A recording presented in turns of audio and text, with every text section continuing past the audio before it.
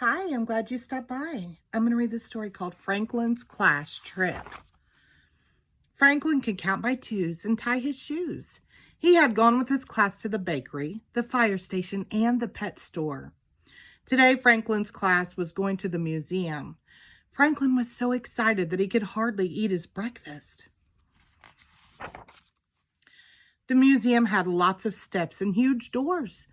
Wow, it's big, said Franklin. It has to be, said Beaver. There are real dinosaurs inside. Beaver had been to the museum before. She knew everything about it. Big dinosaurs, she emphasized. So big that they ate trees for breakfast. Franklin was afraid to ask what dinosaurs ate for lunch. Franklin sat down on the steps. What's wrong? Asked Snell.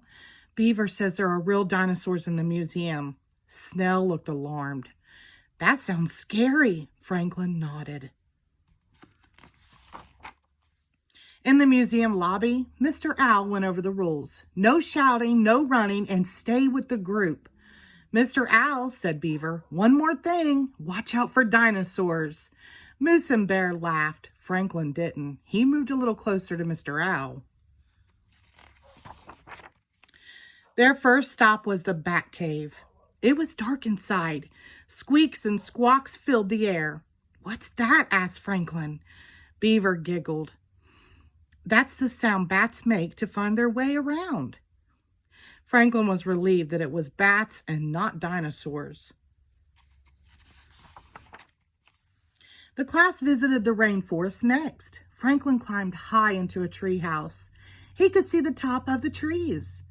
Can you spot any dinosaurs? Asked Snell. Franklin shook his head and climbed down quickly. There was so much to do in the museum that Franklin almost forgot about the dinosaurs. In the medieval room, Franklin had fun dressing up like a knight. Franklin even got to dig in a sandy pit. He was the first one to find an arrowhead.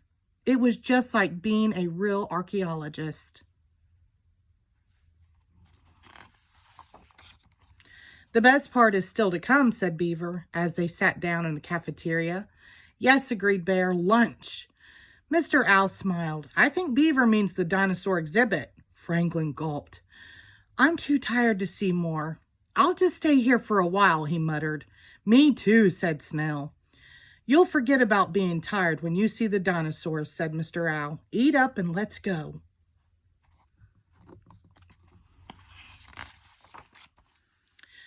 Reluctantly, Franklin and Snell followed giant footprints down a long, leafy corridor. There was a loud roar. The floor shook. So did Franklin. Ah! Screamed Franklin when he turned the corner. He was looking right into the bony mouth of a Tyrannosaurus.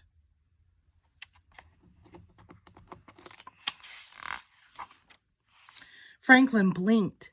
They're bones, real dinosaur bones, but the dinosaurs aren't alive. Alive? Giggled Beaver. Of course not. There hasn't been a live dinosaur for millions of years.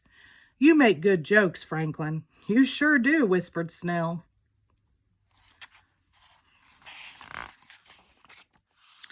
As they were leaving, Franklin and his friends walked past the Egyptian exhibit. Next time, said Beaver, you should visit the tomb. There's a mummy inside. Is it real? Asked Franklin. Yes, and scary, said Beaver.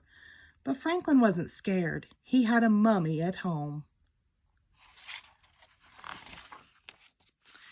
And he could hardly wait to tell her all about his adventures at the museum.